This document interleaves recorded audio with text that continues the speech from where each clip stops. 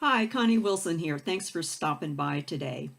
In previous videos, we've talked about having a vision where you want to go, and that is your dream, what it's going to be like when you achieve whatever it is that you want. And it can be a very big goal, it can be a smaller goal, but your vision. In order to get to that vision, you actually need to set up goals to get there. When I was in the corporate world, we used a process called SMART goals.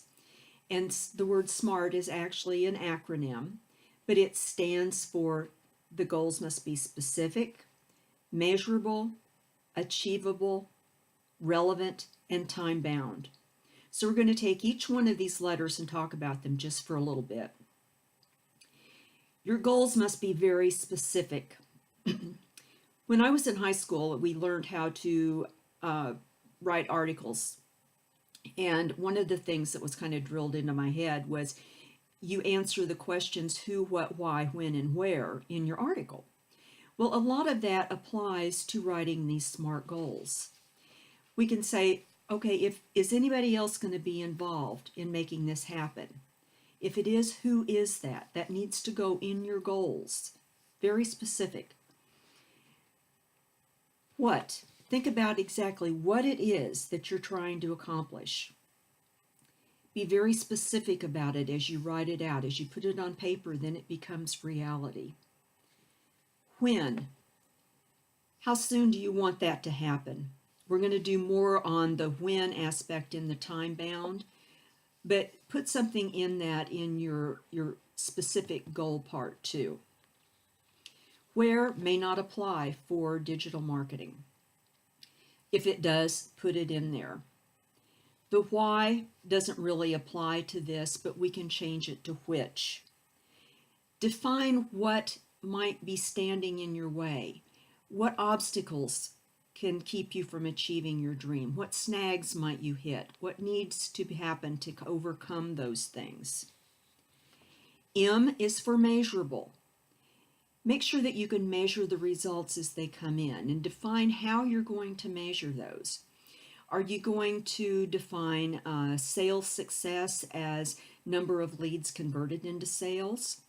Are you going to define your success by the results of ROI examination? How are you going to determine that? Be very specific as you put that into your goals. A is for achievable. Make sure that what you're trying to do is achievable. If I set a goal that say I want to lose 50 pounds by the 1st of June, and this is already, May 18th, that's an unrealistic goal. That's not going to happen. So it needs to be something that you can achieve. That doesn't mean that it's going to be very easy to achieve what you want, but if you make it so unrealistic that there's no way to achieve it, pardon me, there is no way that you can achieve it, then you're just setting yourself up for failure. So make sure that it is something that you can achieve. And yes, it can take work, but that's okay. Don't make it too easy on yourself. It needs to be relevant. It needs to make sense in the overall vision that you're working on.